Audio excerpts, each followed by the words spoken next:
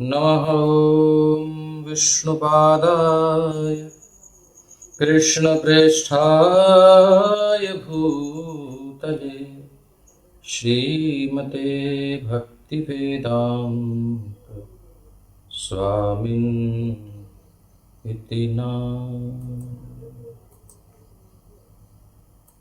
ॐ नमो भगवते वासुदेवाय।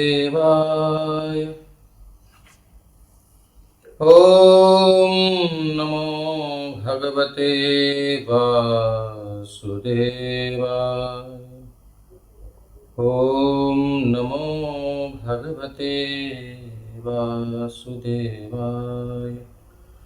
नारायणं नमस्कृत्य नरं चैव नरोत्तमं देवीं सरस्वतीं व्यासं ततो जयमुदीरयेत्। नष्टप्रायेष्वभद्रेषु नित्यं भागवत सेवया भगवत्युत्तमश्लोके भक्तिर्भवति नैष्ठिकी। तदा रजस्तमो भावा कामलोभातयश्चये चेतैतैरनाविद्धं स्थितं सत्त्वे प्रसीदति। एवं प्रसन्नमनसो भगवद्भक्तियोगतः भगवत्तत्त्वविज्ञानं मुक्तसङ्गस्य जायते। ॐ नमो भगवते नरसिंहाय। नमस्तेजस्तेजसे आविराविर्भववज्रनभवज्रदंष्ट्रकर्माशयान् रन्धय रन्धय तमो ग्रस ग्रस। ॐ स्वाहा अभयमभयमात्मनि भूयिष्ठा। ॐ क्षौं भक्तिविघ्नविनाशक श्री नृसिंह भगवान की जय। भक्त शिरोमणि प्रहलाद महाराज की जय। तो अब हम शुरू करते हैं श्रीमद् भागवत महापुराण। श्रीमद् भागवत महापुराण जो कि भगवान श्री कृष्ण का वाङ्मय स्वरूप है। स्वयं श्री कृष्ण श्रीमद् भागवत के रूप में हमारे बीच में उपस्थित हैं। श्री कृष्ण और भागवत में कोई भी अंतर नहीं है। ऐसे श्रीमद् भागवत रूपी भगवान का हम आश्रय लेकर के बैठे हैं ताकि हम भगवान के प्रति जो प्रेम हमारा सो गया है वो जागृत कर सकें। वो प्रेम हमारा 10 जगह बट गया है उसे कलेक्ट कर सकें और पुनः भगवान के चरणों में अर्पित कर सकें। बट कहाँ गया है संसार में, सब जगह हमारा अट्रैक्शन, हमारा अटैचमेंट है, उसको कलेक्ट करना है, रिकलेक्ट करना है और उसके बाद भगवान के चरणों में लगाना है। यही लक्ष्य है जीवन का, मनुष्य जीवन का। मगर हम तो डिस्ट्रीब्यूशन पर लगे हुए हैं, इसलिए बहुत ज़रूरी है भक्तों का संग, ताकि वो समय समय पर अलार्म हमें जगाते रहें। जागो जागो, डिस्ट्रीब्यूशन बंद करो, कलेक्शन शुरू करो। ये समय है कलेक्शन का, अर्थात अपने मन को सब जगह से इकट्ठा करने का, जहाँ जहाँ तार जुड़े हैं और समेट करके भगवान के चरणों में एक जगह लगा देने का। तब हम भगवान के धाम जा सकते हैं। और कहीं भी धागा अटका होगा तो भगवान कहेंगे नहीं, तेरे को कष्ट होगा, रहने दे, यहीं रह तू। भगवान कष्ट नहीं देना चाहते, बहुत सॉफ्ट है। वो कहते हैं अपनी इच्छा से तुम चलना चाहो तो ले जाऊंगा, लेके जाना चाहता हूं बट अपनी इच्छा तो करो। हम बहुत जिद्दी हैं, हम जाना ही नहीं चाहते, सो भगवान कैसे ले जाएं? जबरदस्ती करेंगे तो फिर रोबोट हो गया ना, फिर तो प्रेम कहाँ रहा। इसलिए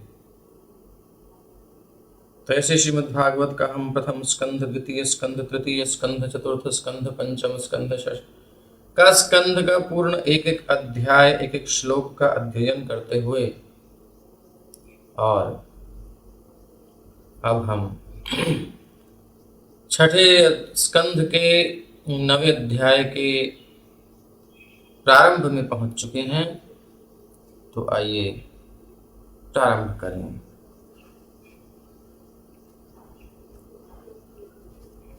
तो यहाँ पर श्री प्रभुपाद जी ने बड़ी कृपा करके भूमिका भी दे रखी है, उसे हम थोड़ा सा देख लेते हैं। ये बड़ा सुंदर प्रसंग शुरू हुआ है, वृत्रासुर राक्षस का प्राकट्य। एक्चुअली राक्षस तो जो इनका कुल है, जैसे धनु के पुत्र दानव, दिति के दैत्य, ऐसे राक्षस हैं। लेकिन इनकी पूर्व जन्म की स्थिति के अनुसार कुल भले ही राक्षस मिला हो, लेकिन जीवन इनका भक्तिमय है, अंतःकरण भगवान के प्रेम में पगा हुआ है। ये श्रापवश इस स्थिति को प्राप्त हुए हैं, अन्यथा यह भगवान के बड़े प्यारे भक्त हैं। तो कैसे हुआ, क्या हुआ, ये अब हम बड़े आराम से इस अध्याय में सुनेंगे कि किस प्रकार से जब विश्वरूप को हमने देखा, कल जो है कवच दिया नारायण कवच इंद्र को, और उस इंद्र ने नारायण कवच के आधार पर अपने आप को सुरक्षित किया और असुरों से सारा साम्राज्य छीनकर, ऐश्वर्य छीनकर अपने पद को प्राप्त किया, इंद्र नगरी को प्राप्त किया।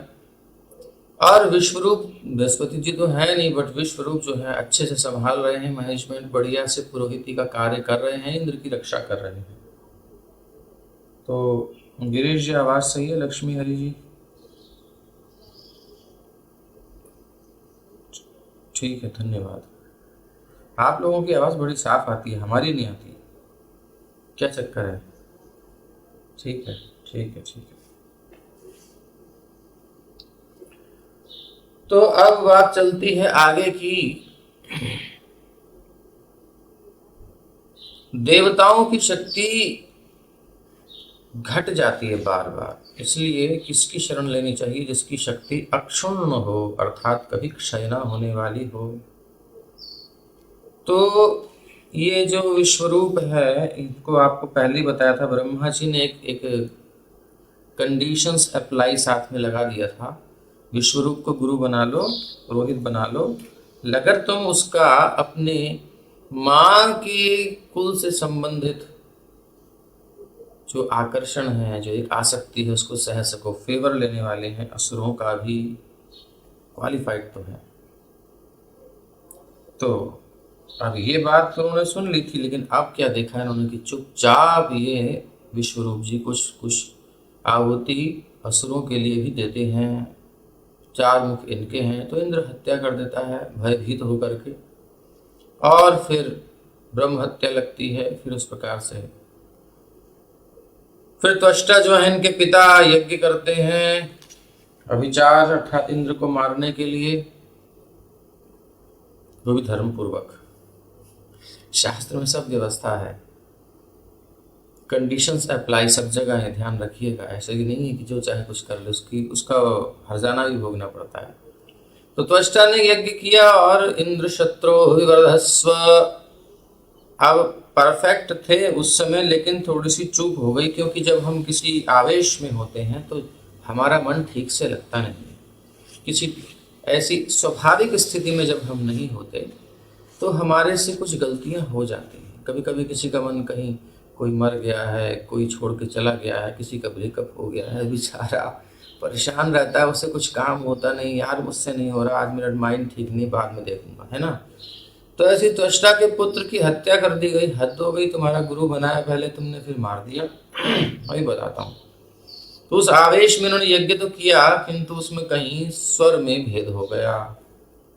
शब्द ठीक थे, अक्षर ठीक थे, इंद्र शत्रु विवर्धस्व यही थे, लेकिन उच्चारण में भेद हो गया, स्वर में। तो विभक्ति का भेद हो गया, स्वर, हाँ, उसका समास का भेद हो गया। तो इंद्र का शत्रु होना चाहिए था, इंद्र जिसका शत्रु है, ये अर्थ हो गया। और कौन उत्पन्न हुए? यज्ञ कुंड से, यज्ञाग्नि से वृत्रासुर, जो कि पहले चित्रकेतु थे, भक्त थे भगवान की। सब कथाएं हम सुनेंगे तो किस प्रकार से ये हुआ हम सुन रहे हैं। श्री शुक उवाच, श्री सुखदेव जी कहते हैं, क्या कहते हैं? सुखदेव जी कह रहे हैं,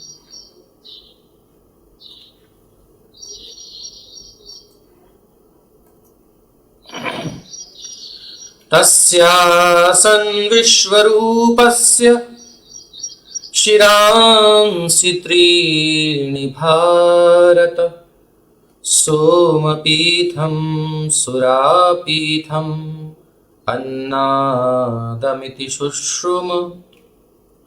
श्री सुखदेव गोस्वामी ने आगे कहा, देवताओं के पुरोहित विश्वरूप के 3 सिर थे।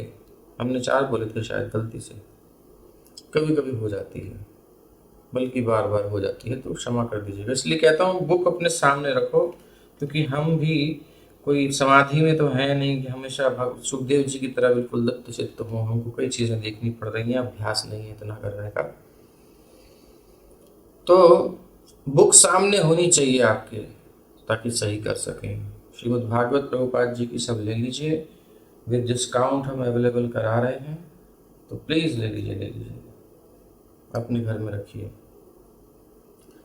देवताओं के पुरोहित विश्वरूप के 3 सिर थे। इनमें से एक से वो सोमरस का पान करता था, तो दूसरे से मदिरा पान, और तीसरे से भोजन ग्रहण करता था।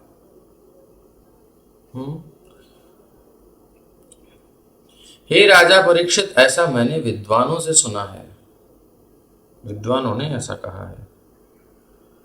तो कोई मनुष्य स्वर्ग के राज्य, उसके राजा और अन्य निवासियों को प्रत्यक्ष तो नहीं देख सकता, और ना उनके अन्य कार्यकलापों को ही देख सकता है, क्योंकि वो स्वर्ग लोक नहीं जा सकता, डायरेक्ट तो नहीं देख सकता।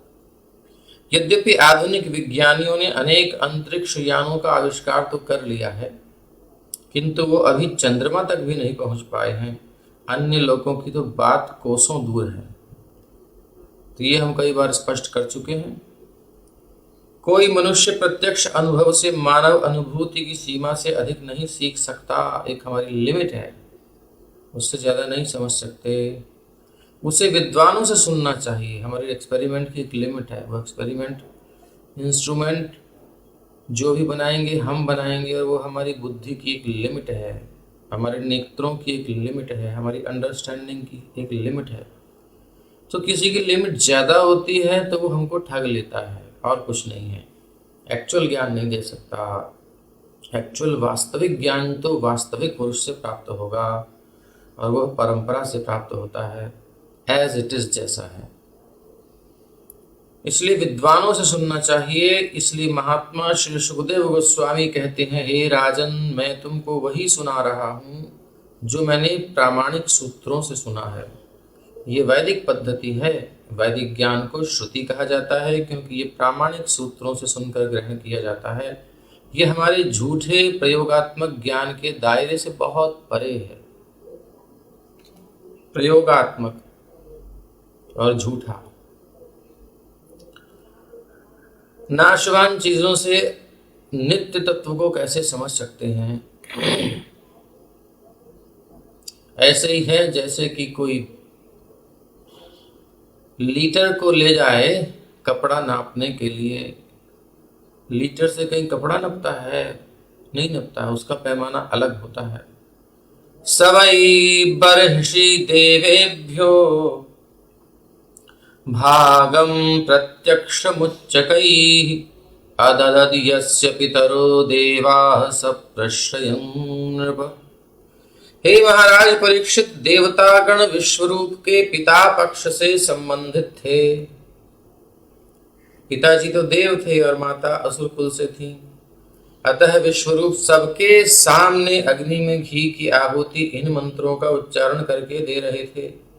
इदं इंद्राय इदं स्वाहा इदं अग्न्यै स्वाहा। इस प्रकार से देवताओं के लिए स्पष्ट स्वर में, उच्च स्वर में उच्चारण करके और आहुति प्रदान कर रहे थे। और वास्तव में देवताओं को तृप्ति भी होती थी, ऐसा नहीं का तृप्ति नहीं होती, हमको तो पता नहीं चलता, बट वहाँ तो देवता प्रत्यक्ष हैं और उन्हीं के लिए हो रहा है। यानी फीडिंग करते थे उनको, सबका पेट बढ़िया से बढ़ता था, पावर बढ़ती थी। वो मंत्र का उच्चारण उच्च स्वर से कर रहे थे और प्रत्येक देवता को उसका उचित भाग प्रदान कराया जा रहा था। सएव हि ददौ भागम परोक्षमसुरान् प्रति। मगर एक गड़बड़ हो गई। क्या गड़बड़ हो गई जी? एक गड़बड़ ये हो गई कि असुरान प्रति, असुरों के प्रति भी थोड़ा सा इनका जो है होने के कारण, इच्छा होने के कारण, यजमानो वहत भागम मातृस्नेहवशानुगः। वो यद्यपि देवताओं के नाम से यज्ञ की अग्नि में घी की आहुति डाल रहे थे, किंतु देवताओं के बिना जताए, अब ये सीक्रेट है देखो, ऐसे वो असुरों के नाम की भी आहुति डालते जा रहे थे, क्योंकि वो उसकी माता के पक्ष से संबंधित है। अब ये जो है शुरू से चीज चल रही है, आदमी अपना जहाँ आकर्षण होता है कहीं ना कहीं चुपचाप कुछ कर देता है, पता नहीं चलता घर में किसी को, वो कर देता है? तो भैया ये सावधान रहना चाहिए कि ऐसे कहीं गड़बड़ हो जाती है, मन मुटाव हो जाता है, ऐसे नहीं करना चाहिए। करना है तो हम भगवान के लिए कर सकते हैं, तो कोई दोष नहीं, तो किसी का भी अहित नहीं होगा, इसमें अहित हो सकता है। तो अब जो है क्या हुआ, क्यों डालते थे? क्योंकि वो उसकी माता के पक्ष से थे, माता के पक्ष से, इसलिए। विश्वरूप का संबंध देवताओं और असुरों दोनों पक्षों से था, इसलिए दो नाव में पैर रखना अच्छा नहीं होता है। तो दोनों वंशों की ओर से परमेश्वर को प्रसन्न कर रहे थे। तो यहाँ पर एक बिंदु हमको समझ में आया कि जो वृत्रासुर, क्षमा कीजिए, जो विश्वरूप है, वो दोनों पक्षों से यज्ञ कर रहे हैं भगवान की संतुष्टि के लिए, क्योंकि भगवान के ही दोनों अंश हैं, दोनों पक्ष भगवान के हैं। अंधकार भगवान की पीठ है, वक्षस्थल भगवान का जो है प्रकाश धर्म है, अधर्म पीछे है, धर्म आगे है। तो इस प्रकार से इनकी दृष्टि तो अलग थी और ये दोनों तरफ से भगवान को प्रसन्न कर रहे थे। लेकिन अब बैलेंस भी रखना होता है असुरों का और देवताओं का। असुर हमेशा कंट्रोल में रहने चाहिए। जो भी, जैसे दिन में दिन चाहिए, रात्रि में रात्रि, अंधकार चाहिए, तभी आराम से सो सकते हैं। लेकिन अब कोई सोचे रात्रि अधिक बढ़ा दो तो ज़्यादा, तो गड़बड़ हो जाएगी, या फिर दिन ज़्यादा बढ़ जाएगा तो गड़बड़ हो जाएगी, आदमी सो ही नहीं पाएगा। तो तमोगुण भी चाहिए, रजोगुण भी चाहिए, सत्वगुण भी चाहिए। अगर ये संसार चलाना है, तो भौतिक जगत में रहना है, उसमें हमको करना है, तो ये तीनों का बैलेंस चाहिए। तो अधर्म भी रहेगा और धर्म भी रहेगा, पुण्य भी रहेगा और पाप भी रहेगा। ये जो द्वैत है, ये द्वैत नहीं जाएगा इस संसार से। तो जो निकलना चाहता है उसे इन दोनों से ऊपर उठना होता है। निस्त्रयी गुण्यो भवार्जुन त्रैगुण्य विषया वेदा। इसे इससे ऊपर उठने का प्रयास करना पड़ेगा। और वो एकमात्र, वो ऐसे नहीं हो सकता कि हम इन गुणों में ही अपने आपस में रिएक्शन करते हुए निकल जाएंगे, नहीं। इतना कर सकते हैं, सबसे पहले सत्वगुण को विकास करके वहाँ से हम भगवान की भक्ति अच्छे से कर सकते हैं। सत्वगुण को मेंटेन करें और वहाँ से भगवान के नाम की फ्लाइट, हरि कथा की फ्लाइट में बैठ जाएं और then go to back to home, back to godhead. ऐसा सोचे कि हम त्रिगुणों में ही रहेंगे और मुक्त, नहीं, संभव नहीं है। तो यहाँ इनका उद्देश्य है भगवान को प्रसन्न करना। तो देवताओं को बिना जताए चुपके से ऐसा करते थे, क्योंकि देवताओं का पक्ष है, वो नहीं चाहता असुरों की बढ़ोतरी हो, असुरों का पक्ष है, वो नहीं चाहता कि देवताओं की बढ़ोतरी हो। यही भौतिक जगत का स्वरूप है। हर एक व्यक्ति का कोई कॉम्पिटिटर है, कोई प्रतिस्पर्धात्मक तत्व है, तो ये इस संसार में हमेशा रहने वाला है। इसलिए अगर इन चीजों से मुक्त होना चाहते हैं तो अव्यभिचारेण भक्ति योगेन, अव्यभिचारिणी भक्ति के द्वारा भगवान की उपासना करें। और उससे क्या होगा? सगुणान समतीत्यैतान ब्रह्म भूयाय कल्पते। वही जो है तीनों गुणों से परे जा सकता है, अदरवाइज नहीं जा सकता, झंझट रहेगा उसके जीवन में। तो तद्देव हेलनं तस्य धर्मालीकं सुरेश्वरः आलक्ष्य तरसा भीतस्तच्छीर्षाण्यच्छिनदृशा। लेकिन एक बार स्वर्ग के राजा इंद्र को पता चल गया, कितना हो कोई चोरी करे। गाने आने सब सुनते ही रहते हैं आप, लाख छुपाएं प्यार मगर दुनिया को पता चल जाएगा। आदमी जब शराब पीकर घर पे आएगा तो पत्नी को कहीं ना कहीं, जब कितनी भी चुंगम खाए, कितना भी कुछ भी मुखवास रख ले मुंह में, पता चल ही जाता है कितना हो छुपा है। जब गड़बड़ करता है कोई प्याज खाया हुआ है तो उसकी बॉडी बता देती है, उसका मुंह दुर्गंध बता देती है, शरीर की गंध बता देती है किसने अभक्ष भक्षण किया है, उसकी डकार बता देगी। तो इस प्रकार से ये पोल खुल जाती है। इसलिए पोल रखनी ही नहीं चाहिए, सबसे बढ़िया मस्त रहो। अब पोल को संभालने में आदमी बहुत एनर्जी वेस्ट करता है, और सिंपल जैसे हैं वैसे प्रकट कर दे तो फिर टेंशन नहीं है। सुधरने का प्रयास करें, ये नहीं कि ढीठ बन के रहें, मतलब ये है। तो एक बार स्वर्ग के राजा इंद्र को पता चल ही गया कि विश्वरूप देवताओं को धोखा देकर असुरों की आहुतियां दे रहा है, इसलिए वो असुरों द्वारा पराजित किए जाने से अत्यधिक भयभीत हो उठा। ये है समस्या। इंद्र की भी वही हालत हो गई जो त्वष्टा की हुई, आगे त्वष्टा की होगी। मतलब जब हम अपनी स्वाभाविक स्थिति से थोड़े से भी विचलित होते हैं तो गड़बड़ शुरू हो जाती है, बैलेंस नहीं रख पाते हम लाइफ में, हम स्थिर नहीं रह पाते, सम अवस्था बिगड़ जाती है हमारी, पेशेंस नहीं होता हमारे अंदर। किसके अंदर नहीं होता? जो भोगी होता है उसके अंदर धैर्य नहीं हो सकता।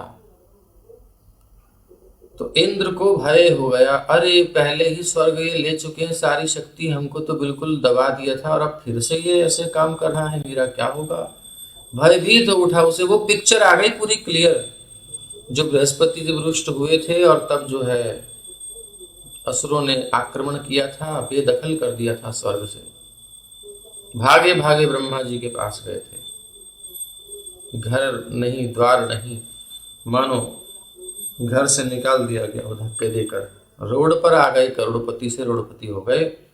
तो वो पिक्चर सामने आ गई इंद्र की, अरे बाप रे, फिर वही हालत मेरी, तुरंत घबरा गए, भयभीत हो उठे और अतीव क्रोध में। अब क्रोध जब आता है तो विवेक का हरण कर लेता है, भूल गए कि मैंने ही इनको बुलाया था, मैंने ही गुरु पद दिया था और हमारे कहने से ही ये आए हैं।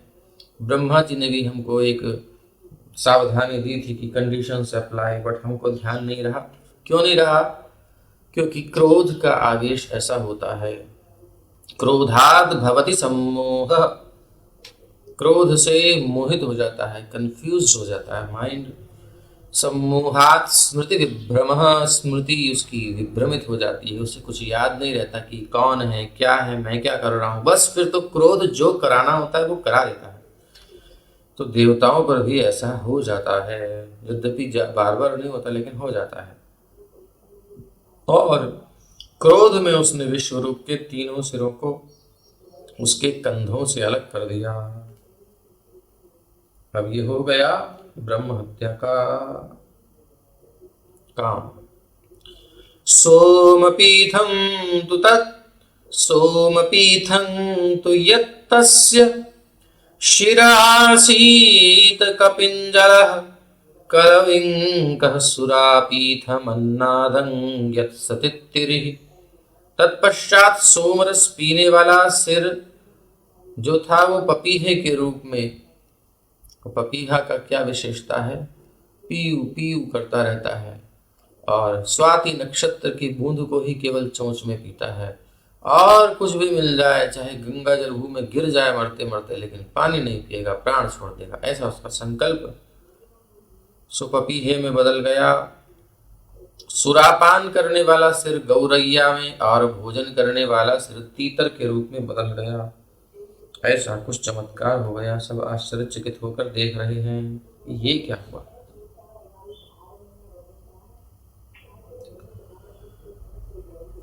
ब्रह्म हत्यामञ्जलिना जग्राह यदपीश्वरः संवत्सरान्ते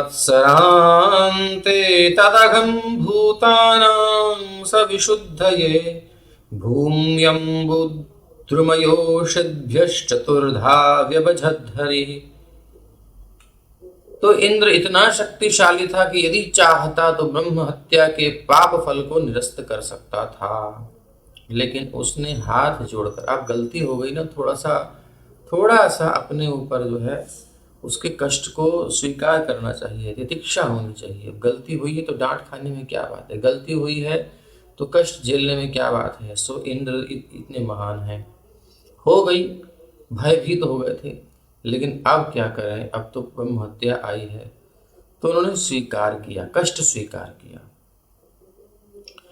उसके हाथ जोड़कर पश्चाताप करते हुए, अब क्योंकि होया है ना भाई, हमसे हत्या हो गई, जो हमारे से इलीगल काम हो गया है। देखो पहले भी ये क्या है कि भोगों की एक विशेषता है, जब कोई भोगों में पड़ता है, विषयों को भोगता है, संसार के ऐश्वर्य, भोग ऐश्वर्य प्रसक्तानाम तयापहृत चेतसाम, भोग और ऐश्वर्य में जो आसक्त हो जाता है, उसके द्वारा उसकी चेतना का हरण हो जाता है, यानी बिल्कुल चिपक जाता है मन, वो समाधि में नहीं लग पाता, वो स्टेबल माइंड नहीं होता, वो थोड़े से विचलन से विचलित हो जाता है। तो जब जब इंद्र को दिखता है कोई इधर उधर कुछ है तो भयभीत हो जाता है इंद्र। तो जो भोगी व्यक्ति है, वो व्यक्ति, भोगी मतलब जो भी संसार के किसी भी प्रकार के सुख को एंजॉय कर रहा है, sense enjoyment, any type of enjoyment. अगर कोई एकांत में भी बैठ करके और सुख ले रहा है, मोबाइल वगैरह नहीं है, अंतर ही ऐसे उसको मजा आ रहा है, तो वो सात्विक सुख ले रहा है, वो भी भोगता ही है, भोगी ही है। और जैसे ही कोई उसके एकांत को भंग करेगा, उसे क्रोध आ जाएगा, अरे मैं ध्यान कर रहा हूं, अरे मैं ये क्या हो रहा है ये सब। लेकिन एक डिवोटी जो होता है वो अपने सुख के लिए कुछ करता ही नहीं है, वो तो अपना इंद्र तृप्ति चाहता ही नहीं है, इसलिए वो भगवान की संतुष्टि में लगा होता है, सेवा में। उसे यदि क्रोध आता है तो भगवान की सेवा में कोई बाधा पहुंचाता है, तब अपने सुख में उसको परेशानी नहीं होती।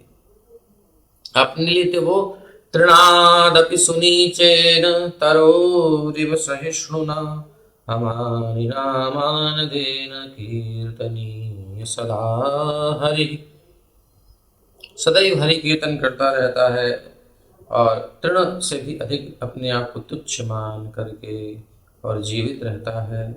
इतनी सी बात है, तो ये हमको समझना है।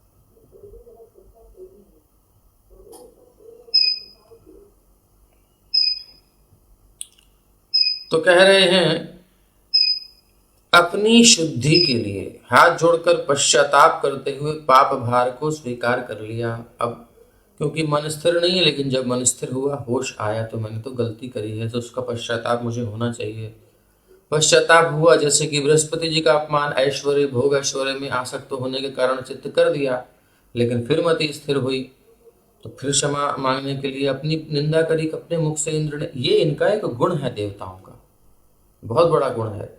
व्यक्ति गलती करे, लेकिन गलती करके फिर से अपनी निंदा कर ले, अपना पश्चाताप कर ले। ये बहुत अच्छा नहीं है, लेकिन खराब भी नहीं है, अच्छा गुण ही कहा जाएगा, क्योंकि कम से कम रियलाइज तो कर रहा है ना। और फिर इसी प्रकार से पाप के भार को पश्चाताप करते हुए स्वीकार कर लिया, इसलिए इनको राजा कहा गया है। इंद्र देवताओं के राजा हैं, क्योंकि ठीक है भोगों के लिए तो स्वर्ग में जाता है कोई, जाता है तो, लेकिन उसके बाद भी अपनी कॉन्शियसनेस को स्टेबल करने का प्रयास करे, फील करे अपनी मिस्टेक्स को, तो इसलिए देवता कहा जाता है। 1 वर्ष तक इंद्र ने यातना भोगी और अपनी शुद्धि के लिए हत्या के पाप को एक वर्ष तक यातना भोगी, लेकिन उस यातना को भोगते भोगते एक वर्ष बीतने के बाद उनको पता चला यदि हमने इसी प्रकार से यातना भोगी तो फिर साम्राज्य इंद्र का जो पद है खाली रहेगा, सृष्टि में अब व्यवस्था हो जाएगी, तो क्या करें। फिर उन्होंने कहा इसको अब बांट देता हूँ। तो इंद्र ने कहा कोई है लेने वाला, टेंडर पास कर दिया। लेकिन ये टेंडर कौन लेगा भैया, इसमें कोई प्रॉफिट तो है नहीं, लॉस ही लॉस है, सबको ब्रह्म हत्या भोगनी पड़ेगी। तो डिवाइड कर दिया, 4 भागों में हम बांट रहे हैं, कोई कोई लेने वाला है धीर गंभीर, जो लेगा उसको हम उसका वरदान भी देंगे कुछ साथ में। तो सबसे पहले भूमि आ गई। भूदेवी ने कहा भूमि सबसे अधिक सहनशील है, हमारे सब अपराधों को सहती हैं। भूमिस्तुरीयं जग्राह खात पूरवेण वै ईरिणं ब्रह्म हत्याया रूपम भूमौ प्रदृश्यते। पृथ्वी पर जहां कहीं भी गड्ढे होंगे वो अपने आप भर जाएंगे, ऐसा वरदान पहले इंद्र ने दे दिया। ये लो भाई, तुमको जो बेनिफिट दे रहा हूँ, पहले स्कीम जो चलाई है वो हमको ऑफर जो था वो आपको पहले इसका लाभ दे रहा हूँ, उसके बाद वस्तु देंगे। ये नहीं कि जो आपने स्वीकार किया है उसके बदले जो आपको वरदान है हम पहले दे देते हैं। कहा जहां भी गड्ढा होगा आप में वो अपने आप समय अनुसार भर जाएगा, और ये हम जानते हैं इस बात को। ऐसे राजा इंद्र के दिए हुए वरदान के बदले में पृथ्वी ने क्या किया, ठीक है लाओ ब्रह्म हत्या। ब्रह्म हत्या को पापों का चौथा अंश स्वीकार कर लिया। इन पापों के कारण ही हमें पृथ्वी पर अनेक मरुस्थल दिखाई पड़ते हैं। रेगिस्तान पृथ्वी की रुग्ण स्थिति का प्राकट्य है। जैसे कि हमारी खोपड़ी पर बाल नहीं होते तो वो क्या है, रुग्ण स्थिति है खोपड़ी की, मतलब बाल नहीं है, नेचुरल पोजीशन थोड़ी है, वो रेगिस्तान हो गया। जहाँ जहाँ बाल है मतलब जहाँ जहाँ पेड़ लगे हुए हैं पृथ्वी पर वो स्थिति हो गई। ठीक है, उदाहरण अच्छा है, समझ में आ गया। उन पापों के कारण ही हमें पृथ्वी पर अनेक मरुस्थल दिखाई पड़ते हैं। तो जिनके जो कोई भी अनुष्ठान है ना वो रेगिस्तान में नहीं संपन्न किया जा सकता। जिनके भाग्य में रेगिस्तान में रहना लिखा हुआ है उनके बारे में समझना चाहिए कि वो ब्रह्म हत्या के पाप फल के कारण वहां रह रहे हैं। लेकिन ये बाह्य परिस्थितियां हैं, भौतिक परिस्थितियां। यदि वो वहां पर भी हरिनाम संकीर्तन करें तो फिर आपने अजामिल प्रसंग में सुन लिया है कि किसी भी ब्रह्म हत्या को नष्ट करने में प्रभावशाली है तो उनका जन्म, कि संसार में कहीं भी कोई भक्ति का आश्रय ले, भगवान का आश्रय ले, वो मुक्त हो सकता है। लेकिन जहां है उससे कुछ तो इंडिकेट होता है, कुछ पाप का ही फल है। तुर्यम छेद विरोहेण वरेण जगृहुर्द्रुमा तेषां निर्यास रूपेण ब्रह्म हत्या प्रदृश्यते। वृक्ष की डालियां टहनियां काट देने पर भी फिर से उग आएंगी। तृणादपि सुनीचेन तरोरिव। महाप्रभु चैतन्य देव ने, श्री चैतन्य महाप्रभु ने हमको तरु अर्थात वृक्षों का उदाहरण दिया है सहनशीलता के लिए। सो वृक्ष भी आगे आए। उन्होंने कहा हम भी स्वीकार करते हैं आपका, क्योंकि हमको भी तो चंद्रदेव से पोषण मिलता है। सो देवता हमारी सहायता करते हैं तो थोड़ा सैक्रिफाइस करने में क्या जा रहा है। तो वृक्ष की वरदान दिया गया कि उसकी डालियां टहनियां काट देने पर फिर से उग आएंगी। ऐसे इंद्र के दिए हुए वरदान के बदले में वृक्षों ने ब्रह्म हत्या के पाप फल का चौथा अंश ले लिया, यानी 50% डिस्ट्रीब्यूट हो गया। अब ये पाप फल कैसे पता चलता है, वृक्षों से निकलने वाले रस के रूप में दिखाई पड़ते हैं, इसलिए इस रस को पीना वर्जित है। जो उसमें से रस निकलता है, कोई कहता है गौंद है, तो इस प्रकार से जो रस वृक्ष से निकल रहा है उस रस को नहीं पीना चाहिए, वो ब्रह्म हत्या का श्राप है। शश्वत काम वरेणां हस्तुरियं जगृहुः स्त्रियः रजो रूपेण तास्वंहो मासी मासी प्रदृश्यते। और फिर माताएं सबसे अधिक कृपालु हैं। किसी के पास कोई जाए, जैसे आगे दशम स्कंद में सुनेंगे, पुरुषों के पास गए, ब्राह्मणों के पास ग्वाल बाल भिक्षा लेने के लिए, लेकिन उन्होंने मना कर दिया, कुछ उत्तर नहीं दिया, बड़े कठोर होते हैं पुरुष स्त्रियों की अपेक्षा। स्त्रियों की अपेक्षा। माताओं का हृदय बड़ा कोमल होता है, वो बड़ा कष्ट सह लेती हैं, उनको भगवान ने सहने की शक्ति भी अधिक दी है। हाँ, वो जल्दी उनके आंसू निकल जाते हैं, मतलब वो बैलेंस कर लेती हैं अपने दुख को। और आदमी के आंसू जल्दी नहीं निकलते, अंदर ही घोलता रहता है, तो इसलिए उसकी शक्ति अधिक नहीं होती। माताएं जब बैलेंस कर लेती हैं, अपने सब गमों को समा करके, पति से भी कष्ट मिल रहा होगा, घर वालों से कुछ टेंशन होगी, बच्चे से होगी, इधर होगी उधर होगी, कहीं ना कहीं अपना सुख ढूंढ लेंगी, अपना काम चलाती रहेंगी। एडजस्टमेंट बड़ा अच्छा आता है, ये इनके अंदर गुण है। तो सहने की क्षमता, बच्चे को कष्ट में नहीं देख सकती हैं, बच्चे के लिए कामना करते हैं, इसका सारा संकट मेरे ऊपर आ जाए, सारे दुख मुझे मिल जाए, पति देव को जो कोई कष्ट ना हो, सारा परिवार सुखी रहे, ये सब स्वाभाविक उनके अंदर से आती हैं। तो सहने की इच्छा, दुख भोगने की, दूसरे को सुख देने की स्वाभाविक एक वृत्ति है। तो स्त्रियों ने इंद्र से वरदान प्राप्त किया था कि वो अपने पति से किसी भी अवस्था में सुख प्राप्त कर सकती हैं, अपनी इच्छा की पूर्ति कर सकती हैं, और पाप फल लिया और प्रत्येक मास में उसका दर्शन होता है। तो द्रव्य भूयो वरेणापस, अब यहाँ जो लिखा है वो संसारी जो जनरल जो स्त्रियां हैं उनके लिए तात्पर्य प्रभुपाद जी ने कुछ कहा है, वो हम देख सकते हैं। समाज में आज ऐसी स्थिति है, जब उनको छूट दी जाती है, यानी डिवोशन नहीं है और सात्विक वातावरण नहीं है, जब उस परिवेश में वो पहुंचते हैं तो हर एक के अंदर ऐसा होता है, और उस जगह ज़्यादा है, नेचुरली है। तो इस प्रकार से वो भौतिक स्तर पर जो है उनके लिए ये नियम लागू होते हैं, लेकिन जो भगवान की भक्ति में लग गया है, प्यूरिफिकेशन प्रोसेस में आ गया है, उसको ये दोष अपने ऊपर नहीं लेना चाहिए कि भाई, क्योंकि उसके अंदर स्वाभाविक विरक्ति हो जाती है इन सुखों के प्रति। तो ये निश्चित रूप से हम सबके लिए नहीं है। जो संसार में विषयी हैं, भोगी हैं, कामी हैं, लस्टी, उनके लिए ही ये कहा गया है, स्पष्ट है। क्योंकि यहाँ जो जाति की बात की गई है वो जनरल वे में कहा गया है, और जो धर्म का आचरण करने वाले हैं उनके लिए ऐसा नहीं है, उनका स्वाभाविक अरुचि हो जाती है। तो इसको समझना चाहिए कि किस समय कौन सी चीज़ समझनी है, क्या लेना है। तो उन्होंने कृपा करके स्वीकार किया। द्रव्य भूयो वरेणापस्तुरीयं जगृहुर्मलं तासु बुद्बुद फेनाभ्याम दृष्टम तद्धरति क्षिपन्।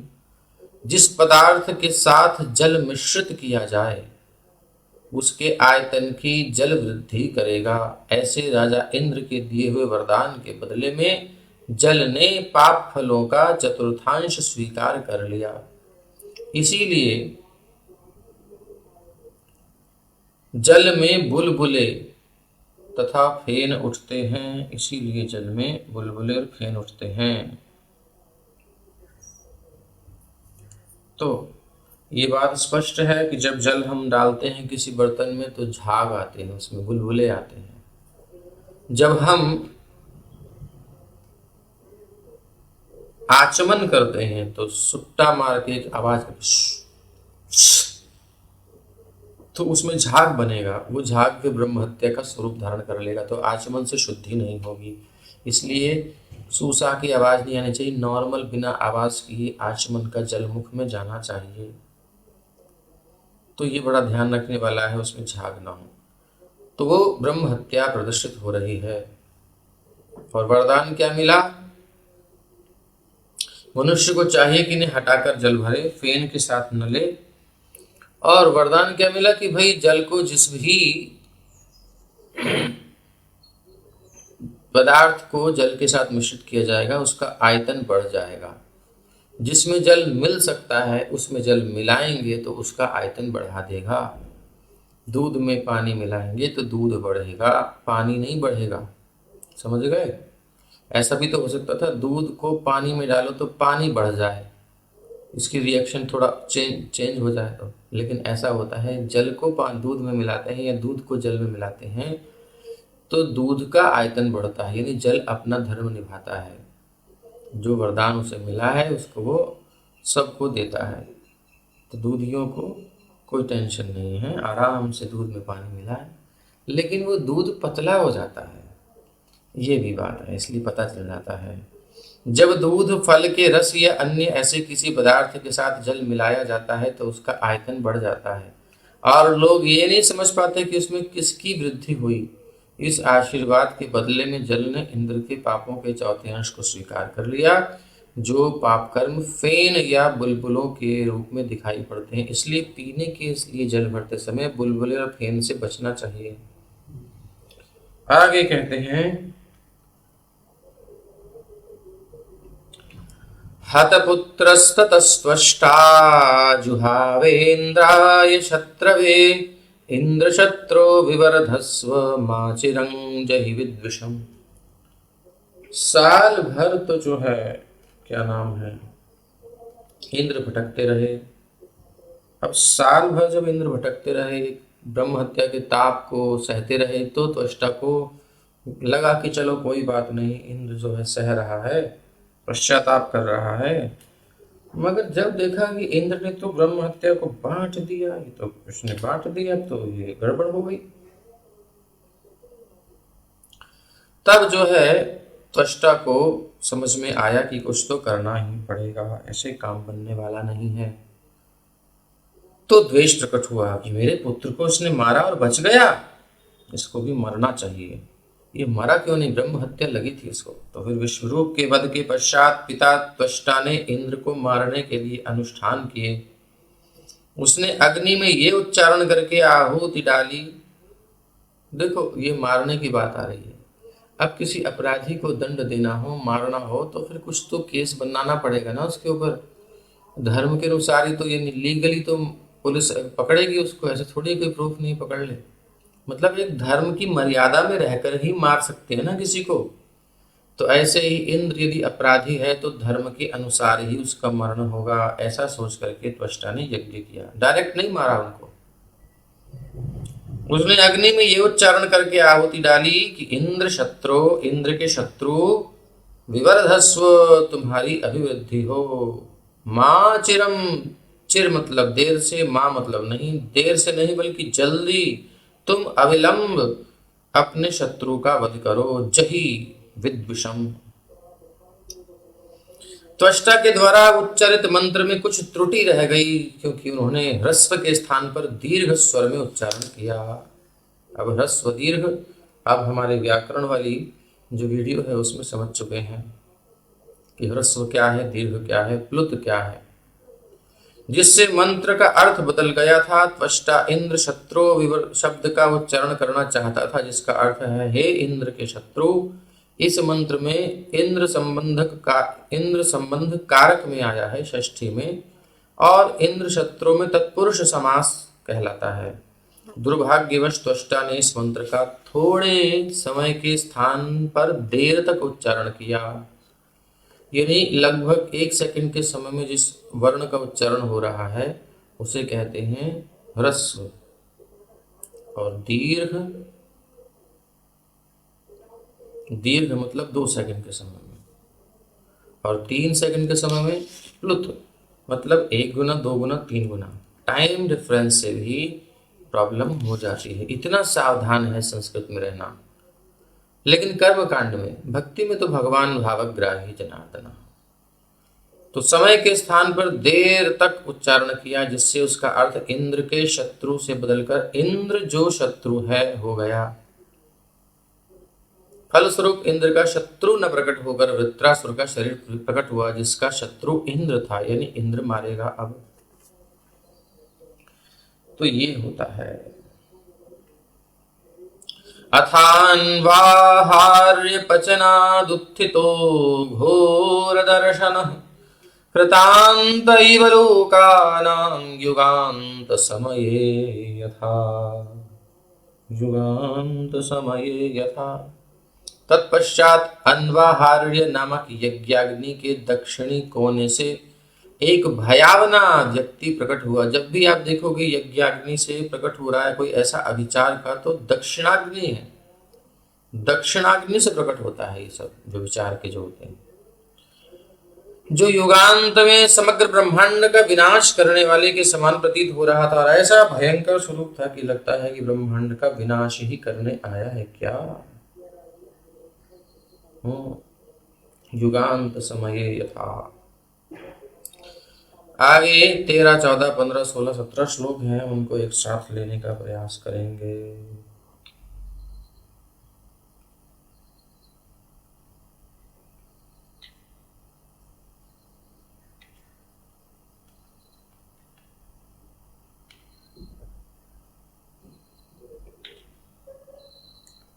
तो सब तो शायद साथ में नहीं आएंगे। चलो जितने आ रहे हैं ठीक है।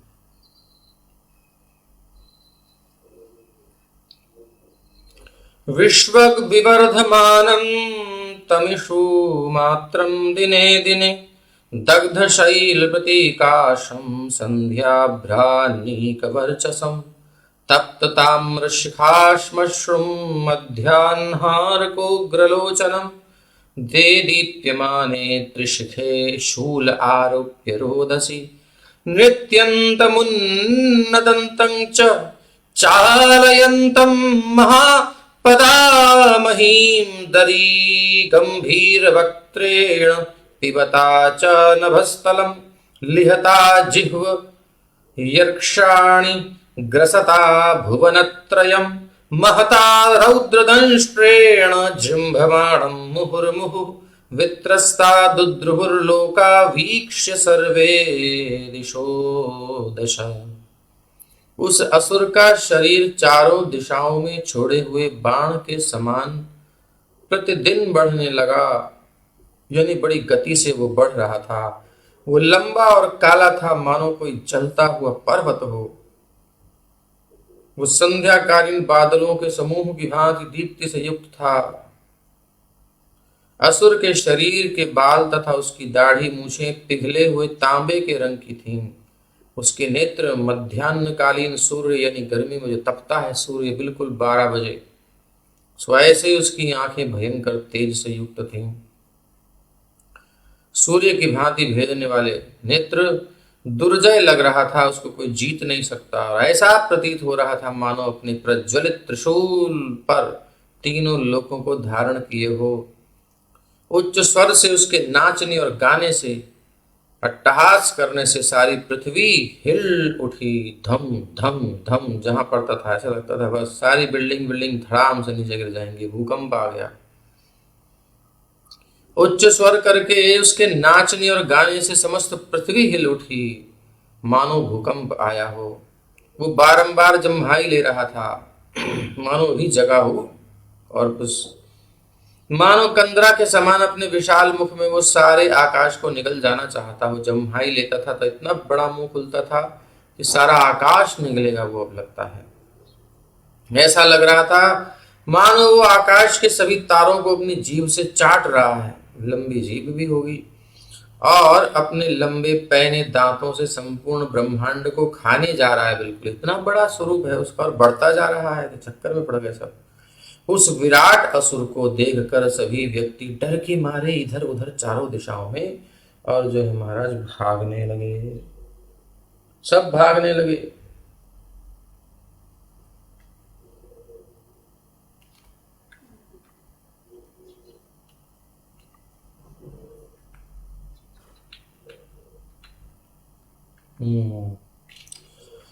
आगे कहते हैं ये नावृता इमे लोकास्तपसा त्वाश्रमूर्तिना स वै वृत्र इति प्रोक्तः पापः परमदारुणः। उस अत्यंत भयानक असुर ने, जो वास्तव में त्वष्टा का ही तो पुत्र था, त्वष्टा के द्वारा उत्पन्न हुआ था, जैसे कि धृष्टद्युम्न द्रौपदी यज्ञ कुंड से प्रकट हुए थे तो पुत्र ही हुए। इसी प्रकार से जो भी प्रकट होता है जिसके द्वारा होता है उसी का पुत्र माना जाता है। अपने तप बल से सभी लोगों को आच्छादित कर लिया, इसलिए वो वृत्र अर्थात प्रत्येक वस्तु को आच्छादित करने वाला कहलाया। वृत्रस्य तत्त्वम्, वेदों में कहा गया है साइमान लोकान आवृणोत तद्वृत्रस्य वृत्तत्वम्। चूंकि असुर ने समस्त लोगों को आच्छादित कर लिया था इसलिए उसका नाम वृत्रासुर पड़ा। सर्किल जैसे होता है ना, गोल सर्किल, और वो इंक्रीज होता रहे, बढ़ता रहे उसका, उसकी जो बढ़ता रहे एरिया उसका परिधि बढ़ती रहे। ऐसे ही चारों तरफ बढ़ रहा है, मतलब सबको ढक रहा है धीरे धीरे। तं निजघ्नुरभिद्रुत्य सगणा विबुधर्षभाः स्वैः स्वैर्दिव्यास्त्रशस्त्रौघैः सोग्रसत्तानि कृत्स्नशः सोरतानि कृत्स्नशः।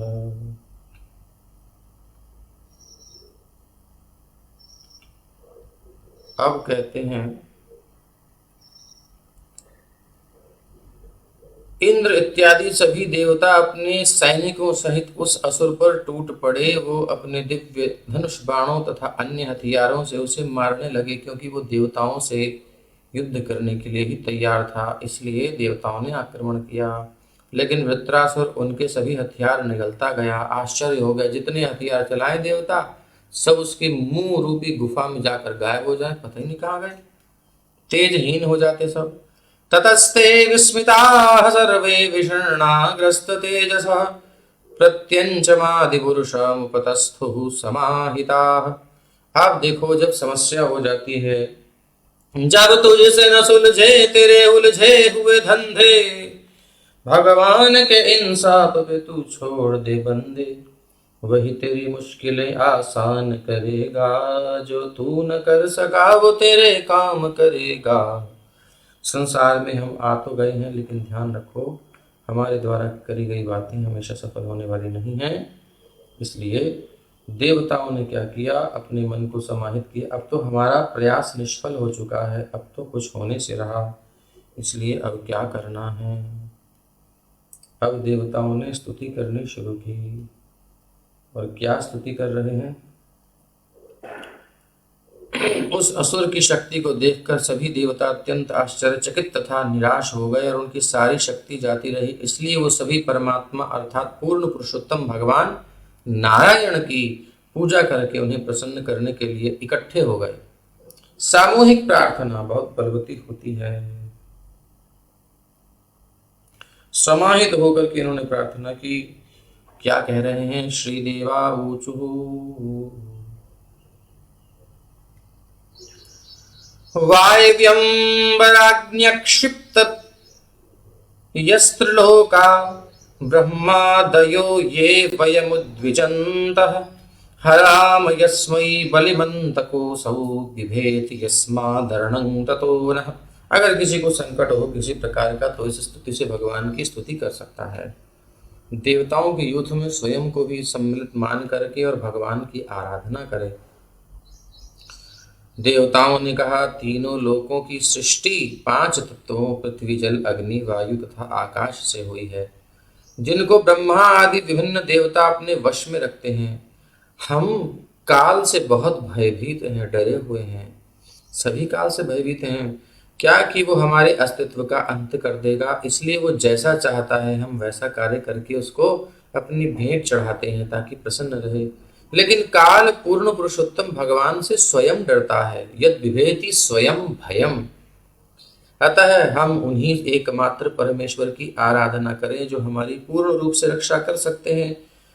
काल के भी काल है मृत्योर मृत्युम नमाम्यहम् उग्रम वीरम महाविष्णुम ज्वलंतम सर्वतोमुखम नृसिंहम भीषणम भद्रम मृत्योर मृत्युम नमाम्यहम्। मृत्यु की भी जो मृत्यु है उनकी हम शरण रहते हैं।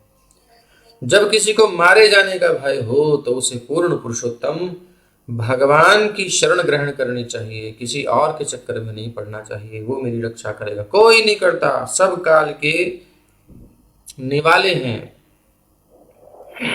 सब काल की थाली में पड़े हुए हैं, कुछ मुंह में है, कुछ निकल लिए गए हैं, कुछ चबाए जा रहे हैं, कुछ जा रहे हैं और कुछ अभी तैयारी में है। तो थाली में जैसे भोजन होता है, जो थाली में पड़ा है सो तो है ही, उसका हो ही गया ना, व्यक्ति छोड़ेगा थोड़ी, भूखा है तो खाएगा सारा। और दूसरा जो हाथ में लेकर के तोड़ के अब जा रहा है मुख में डालने, ऐसे कुछ लोग मरने को तैयार हैं। और कुछ लोग काल के गाल में पड़े हुए हैं, बस अब लग रहा है सांसें गिन रहे हैं। और उसके बाद जैसे ही मुख में डाल के छोड़ता है हाथ से, तुरंत चाबाने की क्रिया शुरू हो जाती है। बस अब उसके मरणोपांत कष्ट होता है, मरणांत कष्ट, कष्ट शुरू है जीवन में। मरने वाला फिर जब पीड़ा सही नहीं जाती तो मृत्यु हो जाती है, अर्थात वो अब पेट में चला गया, काल के गाल में समा गया। इस सब से भगवान रक्षा कर सकते हैं। जब किसी को मारे जाने का भय हो तो उसे पूर्ण पुरुषोत्तम भगवान की शरण ग्रहण करनी चाहिए। ब्रह्मा से लेकर सभी देवता उनकी आराधना करते हैं। यद्यपि वो इस भौतिक जगत के विभिन्न तत्वों के स्वामी हैं। विभेद यस्मात् शब्द बताते हैं कि सभी असुर चाहे वो कितने महान और शक्तिशाली क्यों ना हो, पूर्ण पुरुषोत्तम भगवान से तो भयभीत रहते ही हैं। देवतागण मृत्यु से डरकर श्री भगवान की शरण में गए और उन्हें ये प्रार्थना अर्पित की, यद्यपि काल सबके लिए भयकारी है, भय देने वाला है, डराने वाला है, लेकिन वो स्वयं भगवान से डरता है। बिल्ली चूहे को कितना को डराए, लेकिन जब कुत्ता आता है तो भाग जाती है।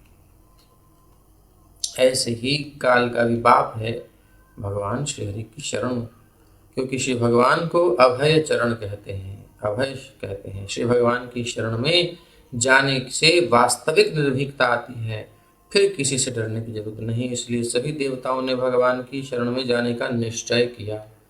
ये देवताओं का गुण है, असुरों में ये गुण नहीं है, इसलिए असुर और देवों में भेद है। भोगी ये भी होते हैं, वो भी होते हैं, लेकिन वो भगवान को नहीं मानते, वो नास्तिक हैं। वो कर्म में विश्वास करते हैं, मेहनत में विश्वास करते हैं, भगवान में नहीं करते। जो असली फल देने वाले हैं, जो बुद्धि देने वाले हैं। और देवता भोग चाहते हैं, लेकिन वो जानते हैं कि भगवान ही परम नियंता है, इसलिए वो यथा समय भगवान की शरण ले लेते हैं। ये अंतर है देवों में और असुरों में। और संत तो वो होते हैं, भक्त तो वो होते हैं, वैष्णव, जो 24 घंटे भगवान के शरण में रहते हैं, चाहे सुख हो चाहे दुख, अनुकूल हो प्रतिकूल, विषय भोगों में मन लगाते ही नहीं है। अविस्मितं तं परिपूर्ण कामम्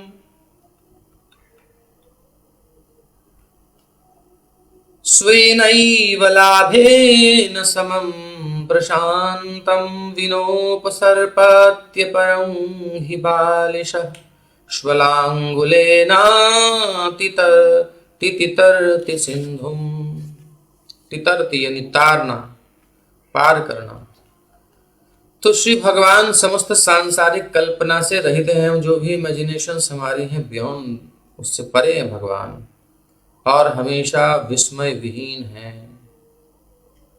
वो सदैव प्रसन्न चित्त और अपनी स्वरूप स्थिति से परम संतुष्ट रहने वाले हैं। भगवान को कभी कभी टेंशन होती होगी, बोले कभी नहीं होती। क्यों?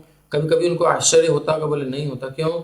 क्योंकि वो सब कुछ जानते हैं कि अब क्या होने वाला है, तब क्या होने वाला है। जैसे माँ जानती है कि बच्चा अब क्या करेगा, बाप जानता है इसके बाद देखना ये करेगा, ये वो जानते हैं ना बचपन से उसकी सब हैबिट। तो भगवान तो जन्मों जन्मों से, अनंत काल से जानते हैं, सब चीज़ों से वाकिफ हैं, जानकार हैं, तो उनको कोई टेंशन नहीं होती। वो सदैव प्रसन्नचित्त और अपने स्वरूप सिद्धि से परम संतुष्ट रहने वाले हैं। उनकी कोई भौतिक उपाधि नहीं होती, इसलिए वो स्थिर और विरक्त बने रहते हैं। भौतिकता से बिल्कुल निर्लेप रहते हैं। संसार की उथल पुथल से उनको कोई प्रभाव नहीं पड़ता, क्योंकि वो इस संसार से अटैच्ड नहीं है। हाँ, जो भगवान के धाम में है उनकी सिक्योरिटी की उनको होती है चिंता। जो भगवान का भजन करता है, जो आध्यात्मिक स्तर पर आ गया है, जो उसने अपना स्नेह भगवान से जोड़ लिया है, उसकी केयर के लिए भगवान भी चिंतित होते हैं और बार बार जाते रहते हैं, पूछते रहते हैं, देखते रहते हैं। तो अब जो है ये तो भगवान की स्थिति हो गई। वो सबके आश्रय हैं, वही एकमात्र भगवान हैं, उनकी शरण लेनी चाहिए। इसलिए जो मनुष्य किसी अन्य से अपनी रक्षा की कामना करता है भगवान को छोड़ करके, वो अवश्य ही बड़ा मूर्ख है, छोटा मोटा मूर्ख नहीं है, बहुत बड़ा मूर्ख है। कैसे मूर्ख है? बोले कुत्ते की पूंछ पकड़कर कोई समुद्र पार कर सकता है क्या? कुत्ता की क्या, वो कितना तैरेगा, क्या तैरेगा? वो अकेले ही तैर ले, समुद्र पार करोगे उससे? नहीं कर सकते। कुत्ता भी तैरना जानता है, लेकिन वो इसका मतलब ये नहीं है आपने उसकी पूंछ पकड़ ली वो आपको भी खींच के ले जाएगा, वो भी समुद्र, इम्पॉसिबल। तो कहने का मतलब इस प्रकार कुत्ता अस्पृश्य है, तो देवताओं की शरणागति भी अस्पृश्य है। शरणागति देवताओं की नहीं लेनी है, शरणागति भगवान के लिए ही रक्षित है। यह शरणम शरण्यम, भगवान को शरण्य कहा गया है, ये हमने पहले के अध्यायों में स्पष्ट रूप से सुना है। सब नोट रखना चाहिए कि शरण्य केवल भगवान है और कोई शरण्य नहीं है। इसलिए ये गलत काम है, किसी और की शरणागति लेना धोखा होगा। ठीक है, इसके लिए 10वें अध्याय के 10वें स्कंध के 14वें अध्याय के 58वें श्लोक को प्रभुपाद जी कोट कर रहे हैं। समाश्रिता ये पद पल्लव प्लवम महत्पदम पुण्य यशो मुरारे भवाम्बुधिर्वत्स पदम परम पदम पदम पदम यद्विपदां न तेषाम् पदम पदम यद्विपदां न तेषां पदम पदम यद्विपदां न तेषाम्। पग पग पर जहाँ विपत्ति है ऐसे स्थान पर हम सब रह रहे हैं। पदम पदम यद विपदाम है कि नहीं है? किसी को पता था कि ये क्या होगा? लेकिन पग पग पर विपत्तियां हैं, अनएक्सपेक्टेड हो जाती हैं। अभी तो एक एक्सपेक्टेड और है, तीसरी लहर भी आने वाली है, तो तैयार रहो दुख भोगने के लिए संसार में। यहाँ पर पदम पदम यद विपदाम, हर पग पग पर विपत्ति रहेगी। लेकिन जो भगवान की शरण ले लेता है, कैसे लेगा? सम्यक रूपेण आश्रिता, जो सब तरफ से अपने मन को हटाकर पूरी तरह भगवान पर निर्भर हो जाता है। ये पद पल्लव प्लवम, भगवान के पद पल्लव चरण कमल कैसे हैं? जैसे कमल का पत्ता होता है ना, कमल का पत्ता नहीं, कमल का जो फूल है उसका जो पत्ती है, वो दल, उसको आप जल में छोड़ो तो वो नाव के जैसा होता है। सो भगवान के चरण कमल अर्थात वो एक सुंदर नौका के समान है। और उस नाव को ऐसे पत्ता तो डूब जाएगा पानी में, मगर भगवान के चरण इतने सुदृढ़ हैं, इतने सुंदर हैं, भक्तों को आश्रय देने वाले। वो प्लवम है, एक विशाल पोत जहाज के समान है, जो टाइटैनिक की तरह पहली बार वही में डूबने वाला नहीं है। अनंत काल से जीवों ने जिस जीव ने इस जहाज का आश्रय लिया है, इस पोत का आश्रय लिया है, प्लवम का आश्रय लिया है, उसका कभी भी डूबने का खतरा बना ही नहीं। महत्पदम, क्योंकि प्रकृति, ये जहाज कैसा है? एक जहाज होता है जो समुद्र में कुछ परसेंट डूबने के बाद थोड़ा सा ऊपर रहता है, उसके चांसेस डूबने के हैं। कोई भी एनवायरनमेंट आ गया तो डूब जाएगा। लेकिन श्री कृष्ण के चरणारविंद का आश्रय कोई लेता है तो ये ऐसा जहाज है, जैसे कि हमने जहाज खड़ा किया और उस नीचे थोड़ा सा पानी था, थोड़ा सा कीचड़ समझ लो, जिसमें हमारे घोंटू घोंटू जल आए। इतने जल में जब कोई जहाज खड़ा कर दो तो जहाज चलाने की जरूरत ही नहीं है, वो तो पहले ही पानी से ऊपर है, डूबने का चांस ही नहीं है। सो भगवान के चरण कमल में जो आ जाता है तो महत पदम, जो महत अर्थात प्रकृति है, जो संसार की सब भयों का केंद्र है, भौतिक सृष्टि, भौतिक जगत, वो भगवान से बहुत नीचे रह जाता है। चरण कमल में पहुंचने वाले के बहुत नीचे संसार पीछे छूट जाता है, तो पार करने का प्रश्न ही नहीं बचता। पुण्य यशो मुरारे, ऐसे भगवान मुरारी का पुण्य यश है, सुंदर यश है। भवाम्बुधिर्वत्स पदम परम पदम, उसके लिए जीव जो भगवान के चरणों का आश्रय लेता है, संसार का समुद्र बड़ा भयानक है, लेकिन जब भगवान के चरण में बैठता है तो ऐसा छोटा सा हो जाता है उसके सामने, जैसे गाय का जो छोटा बछड़ा होता है, बिल्कुल फुदकता है, अभी दूध पीने वाला, अभी खाना नहीं सीखा। वो बछड़ा जब कूदता है चमक चमक के, तो कूदने से मिट्टी गीली होती है, थोड़ी दलदली, थोड़ा सा अभी नम है, उसमें एक गड्ढा हो जाता है। कितना सा होता है, उसमें पानी भर जाए, कितना होता है, उसको कोई पार करने के लिए सोचता है कि भैया कैसे पार करें? नहीं। इसी प्रकार से विशाल समुद्र, जब कोई हरि नाम रूपी नौका का आश्रय लेता है, नाम भी भगवान का ही स्वरूप है। नाम लेत भव सिंधु सुखाही, नाम लिया डूब करके, हरे कृष्ण कृष्ण कृष्ण हरे हरे, हरे राम राम राम हरे हरे। नाम लेत भव सिंधु सुखाही, नाम लेते ही भव समुद्र सूख जाता है। गो भवाम बुधिर गो नहीं वत्स पदम, गाय का भी खुर नहीं बछड़े का खुर, ऐसा उसका संसार हो जाता है। उसके लिए फिर परम पदम, उसको फिर परम पद भगवान का चरण कमल और भगवान की चरण कमल की सेवा प्राप्त होती है। दिव्य धाम प्राप्त होता है जहाँ नित्य जीवन है, सच्चिदानंदमय स्वरूप प्राप्त होता है। फिर इसको संसार में जो पदम पदम विपदाम, संसार में पग पग पर संकट है, इस जगत में रहने की कोई नीड नहीं है, न तेषाम।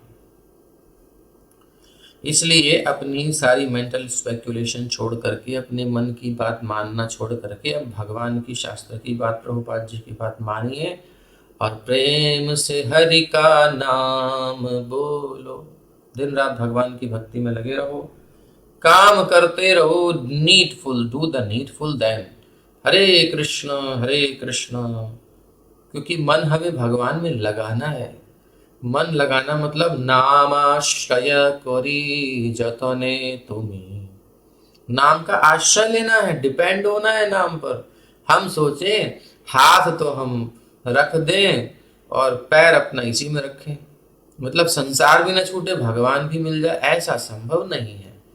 फिर वो जहाज निकल जाएगा या फिर यहाँ कोई मगरमच्छ खींच लेगा पैर पकड़ के, वो छूट जाएगी नाव भी, जो भगवान का जहाज है। प्रबल है बड़ी प्रकृति, किसी भी क्षण कोई वृत्ति आएगी हमारी चेतना का हरण करके ले जाएगी विषय भोगों में, इसलिए इसको तो त्यागना ही अच्छा है। राम रक्ष रक्ष रक्ष रक्ष माम, कृष्ण केशव कृष्ण केशव पाहि माम। पुकारना है रो करके, महामंत्र को भी भगवान से पुकारना है। महामंत्र पुकार है कि हरे कृष्ण कृष्ण कृष्ण हरे हरे, हरे राम राम राम हरे हरे। कितने कष्ट संसार में है, ये कष्ट इसलिए है कि हम भगवान को पुकारें। लेकिन इतने कष्ट के बाद भी आदमी दुनिया भर की वीडियो बना बना के डालेगा कि मुझे बहुत दुख मिल रहा है, इससे बचो। अरे बचो कैसे बचो, सबके सिर पर चढ़ रहा है। बचने का एक ही उपाय है, एक संकट से नहीं अनंत संकटों से, झंझट ही खत्म हो जाएगा। अगर मरते मरते भी भगवान की स्मृति आ गई तो फिर पुनर्भव नहीं होने वाला, यही रक्षा है और कोई उपाय नहीं है। इसलिए जितना हो सके भगवान का नाम जप करें, नाम जप करें। यस्योर्शृंगे जगतीं स्वनाभं, मनुर्यथा बध्यततार दुर्गम, सएव नस्त्वाष्ट्रभयात् दुरन्तात्, त्रातः श्रितान् वाचिरचरो वारिचरोऽपि नूनम्। कह रहे हैं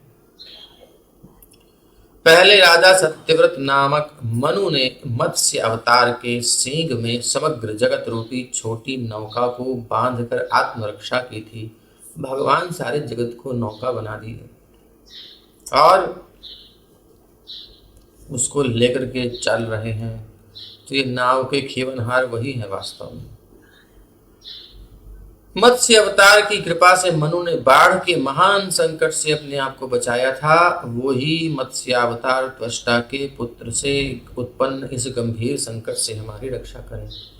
को न तरयो हरि नाम लिए, हरि नाम लिए। कौन है जो नहीं तरा हरि नाम का आश्रय लेकर के? यही याद कर रहे हैं कि मत्स्यावतार में आपने उनकी रक्षा करी। इस प्रकार से हमारी भी समुद्र से रक्षा कीजिए। पुरा स्वयं भूरपि संयमाम्भस्युदीर्णवर्तोर्मिरभैः कराले, एको रविन्दात् पतितस्ततार, तस्माद् भयाद् येन सनोस्तु पारः। सृष्टि के प्रारंभ में प्रचंड वायु से बाढ़ के जल में भयानक लहरें उठने लगीं। इन बड़ी लहरों से ऐसा भयावना शोर हुआ कि ब्रह्मा जी बेचारे, उनको ऐसी उनका कमल हिला कि वो तो लगा कि बस गिर गए। और गिर गए क्या, अपने कमल आसन से प्रलय जल में प्रायः गिर ही पड़े, बस लगे कि गिर ही गए बस। अब ऐसी स्थिति में भगवान से प्रार्थना करी, रक्षमाम, जिसने हमको उत्पन्न किया है मैं उसकी शरण हूँ। किंतु भगवान की सहायता से वो बच गए, गिरते गिरते बच गए। उसी प्रकार हम भी श्री भगवान से इस भयावह स्थिति से अपनी रक्षा की आशा करते हैं। आशा एक राम जी से, दूसरी आशा छोड़ दे। जब दूसरी आशा रख करके राम जी से आशा रखेंगे तो आशा पूरी होने में डाउट है, क्योंकि कृष्ण कहते हैं तुम्हें अभी मुझ पर फेथ नहीं है, तभी तो दूसरे को पकड़ रखा है। कई जगह इन्वेस्ट कर देते हैं हम अपना हिसाब किताब, बोले ये काम नहीं करेगा वो करेगा, वो नहीं करेगा वो करेगा। ये गड़बड़ है, ये सोच यहाँ वाली वहां मत लगा देना, लॉस में आ जाएंगे। भगवान एकमात्र अपनी शरणागति चाहते हैं जीव से। आशा एक राम जी से, तो देवताओं ने सब आशाओं को छोड़ करके अपनी आशा भगवान में लगा दी, और जैसे ही भगवान में आशा लगाई तो फिर काम बनना देर थोड़ी है। आगे कह रहे हैं, य एक ईशो निज माययान ससर्जयेनानुसृजाम विश्वम् वयं न यस्यापि पुरः समीहतः पश्यामलिंगं पृथगीशमानिनः। पूर्ण पुरुषोत्तम भगवान, जिन्होंने अपनी बहिरंगी शक्ति से हमारी सृष्टि की। नॉलेज सब है, आदमी को नॉलेज होना कोई बड़ी बात नहीं है, लेकिन भगवान की शरणागति के लिए जिगरा होना बड़ी बात है, भोगों को त्यागना बड़ी बात है।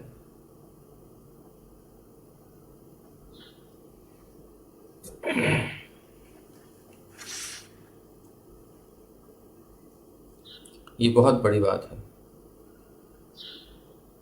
पता है फिर भी आदमी नहीं छोड़ता। लिखा है cigarette is injurious for health, शराब पीना जानलेवा है, तंबाकू खाना से कैंसर हो सकता है, चल रहा है, नहीं दिखाई देता।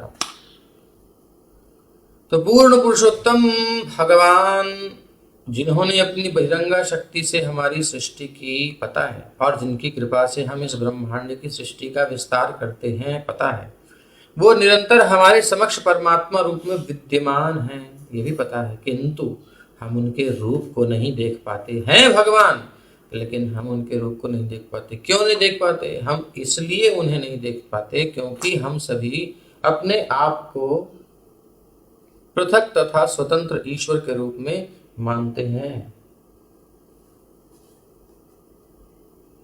पृथक और स्वतंत्र ईश्वर के रूप में, पृथक और स्वतंत्र ईश्वर के रूप में मानते हैं। इसलिए यानी हम कंट्रोलर हैं। जब हमसे कंट्रोल नहीं होता तब भगवान की शरण में जाते हैं। हम ही तो भोगता हैं, लेकिन जब भोग में रोग का भय होता है तो फिर डर लगता है, यार अब क्या करें, कुछ तो लें। यानी हम अपना हिसाब किताब पहले बना लेना चाहते हैं। जब हमको लगता है हम कंट्रोलर नहीं है, हम एंजॉय करने वाले नहीं हैं, हम कुछ नहीं कर पा रहे, जब हमारी हालत खराब होती है तब हाथ उठते हैं, तब भगवान को पुकारते हैं, थोड़ा पुण्य हो तो। अदरवाइज वीर बनता है व्यक्ति और कोरोना से लड़ते लड़ते मर जाता है, कहता है हम तो वीर हैं, हम डरते नहीं हैं, और भगवान की याद नहीं करता, वो नास्तिक है, वो द्रोही है, वो भोक्ता ही मानता रहता है। तो हम अपनी रक्षा क्यों नहीं कर पाते? क्योंकि हम अपने आप को पृथक और स्वतंत्र ईश्वर के रूप में मानते हैं। यहां पर यह बताया गया, ये रोग है हमारा, कि बद्ध जीव पूर्ण पुरुषोत्तम भगवान का साक्षात दर्शन क्यों नहीं कर पाता। यद्यपि श्री भगवान हमारे समक्ष भगवान श्री कृष्ण या भगवान रामचंद्र के रूप में प्रकट होते हैं और मानव समाज में नायक या राजा के रूप में रहते भी हैं अवतार काल में, लेकिन अवतार लेने के बाद भी जब भगवान अपने आप को रिवील कर देते हैं सबके सामने, नॉर्मल हो जाते हैं, तब भी नहीं समझ पाता, उल्टा और कहता है अरे हम जैसे ही तो हैं, इनको भी अपने कर्मों का फल भोगना पड़ा। विचारों को राजमहल छोड़ करके नंगे पांव जंगल में जाना पड़ा, उनसे शिक्षा लो। संसार में सभी को दुख भोगना पड़ता है, भगवान भी तो भोग रहे हैं। भगवान भी हम जैसे ही हैं, कुछ और अलग नहीं है। इसलिए भैया कुछ नहीं है, बस प्रतीक्षा रखो, सहनशीलता रखो, और दुख तो सबके जीवन में रहते ही हैं। जब भगवान भी हम जैसे हैं तो फिर औरों की क्या चली। तो भगवान को भगवान न मान करके अब जानन्ति माम मूढ़ा मानुषीं तनु आश्रितम। मूढ़ लोग पूर्ण पुरुषोत्तम भगवान को सामान्य पुरुष मानकर उनका उपहास करते हैं। अत्यंत तुच्छ होकर भी हम अपने आप को ईश्वर मान बैठते हैं, कंट्रोलर, और सोचते हैं कि हम भी विश्व की रचना कर सकते हैं। अब ये बात बड़ी सूक्ष्म है। हर व्यक्ति अपना एरिया बढ़ाना चाहता है कि नहीं, जो भी उसका एरिया है।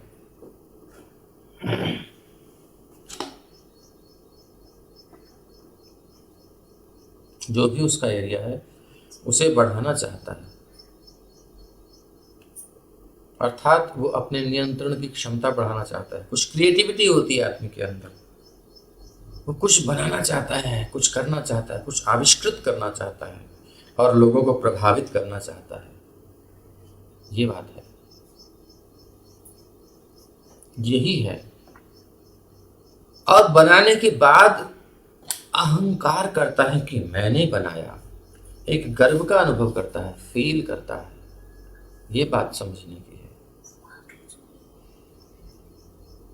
तो ये हमारा रोग है भैया, बड़ा गर्व करता है आदमी, मैंने ये कर दिया, वो कर दिया। यही कारण है कि हम पूर्ण पुरुषोत्तम भगवान को न तो देख सकते हैं और न समझ सकते हैं। इस संबंध में श्रीमध्वाचार्य का कथन है, लिंगमेव पश्यामः कदाचिदभिमानस्तु देवानामपि सन्निभ प्रायः कालेषु नास्त्येव तारतम्येन सोऽपितु। हम सभी विभिन्न कोटियों से बद्ध हुए होते हैं, अलग अलग कोटि हैं बंधन की, लेकिन फिर भी हम सभी अपने आप को ईश्वर समझते हैं। हम कंट्रोल्ड हैं, नियंत्रित हैं, हमारी लिमिटेशंस हैं। कोई पूरे विश्व में, ब्रह्मांड में एक भी ऐसा नहीं है जीव जो कह दे कि मेरी कोई लिमिट नहीं है। अनलिमिटेड पावर्स है मेरे पास, अनलिमिटेड एरिया है मेरे पास एक्सपेंड करने के लिए। नो, वो तो एक ब्रह्म है, ब्रह्म प्रज्ञयति, जो स्वयं बढ़ता है और दूसरे को भी विस्तार कर देता है, बढ़ा देता है। जो उसकी शरण में आता है उसको भी महान कर देता है। जीव कभी नहीं कर सकता। जीव के पास कोई आएगा तो खुद अभिमान में बंध जाएगा, रक्षा करके खुद को सोचेगा मैं रक्षक हूं, जबकि उसे खुद की रक्षा पता नहीं। आज जो रक्षक बना हुआ है, कल उसको रक्षा की जरूरत पड़ जाती है। ये आपने इतिहास में देखा होगा। हम सभी विभिन्न कोटियों से बद्ध हुए होते हैं, लेकिन फिर भी हम अपने आप को ईश्वर समझते हैं, नियामक समझते हैं, कंट्रोलर समझते हैं। इसलिए हम न तो समझ पाते हैं कि भगवान कौन है और ना ही साक्षात दर्शन कर पाते हैं। यही कारण है।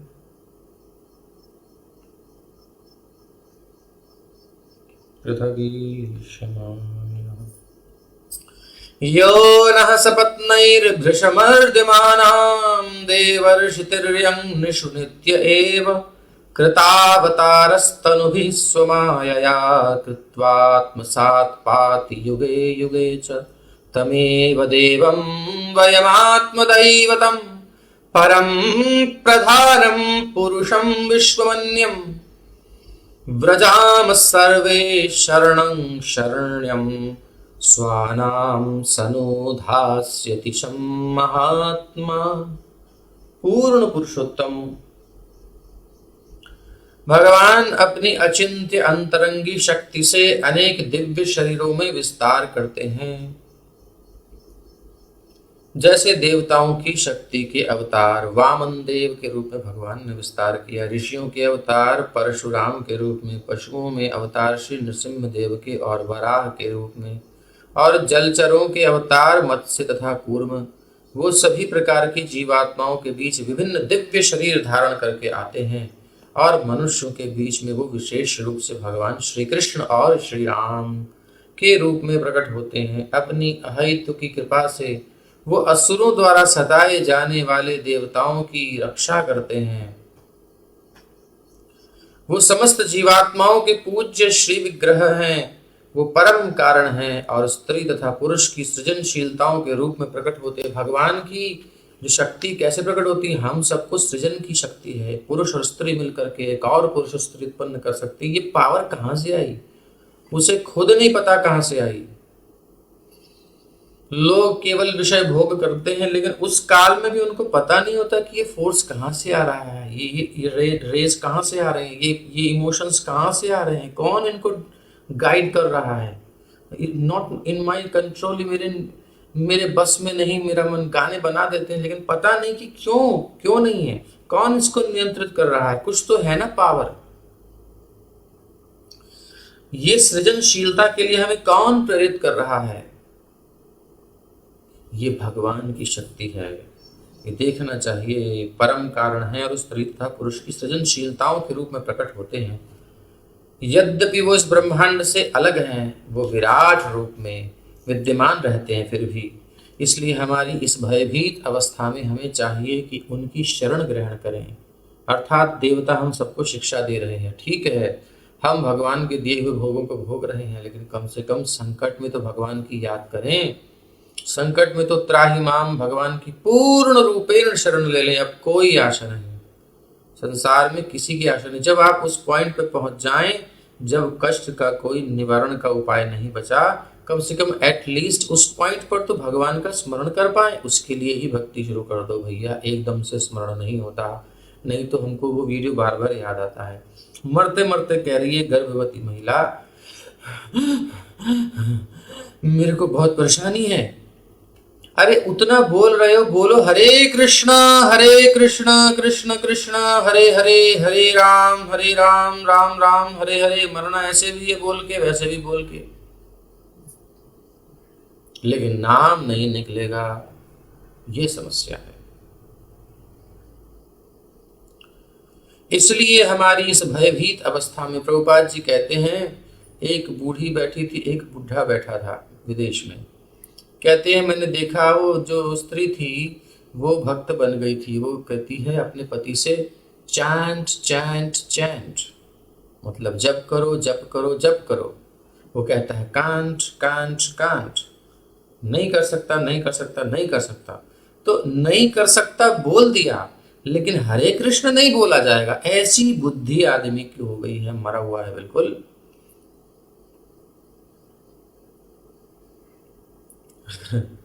तो हमारी इस भयभीत अवस्था में हमें चाहिए कि उनकी शरण ग्रहण करें, क्योंकि हमें विश्वास है कि परम भगवान परमात्मा हमें अपना संरक्षण प्रदान करेंगे। ये इनका विश्वास है। और विश्वासो फलदायक, जब कोई पूर्ण विश्वास से दृढ़ता से पुकारता है तो माँ आती है। बच्चा जब माँ की प्रेम में डूब करके और त्राहिमाम जब उसे भयंकर कष्ट होता है, तो पूरी पुकार माँ को जब लगाता है चिल्ला करके, तो माँ कैसी ही हालत में हो दौड़ करके आती है। वो फिर अपनी इज्जत नहीं देखती कि मैं क्या हूँ, कैसी हूँ, कैसी भी अवस्था में होगी जैसे तैसे संभाल के आएगी।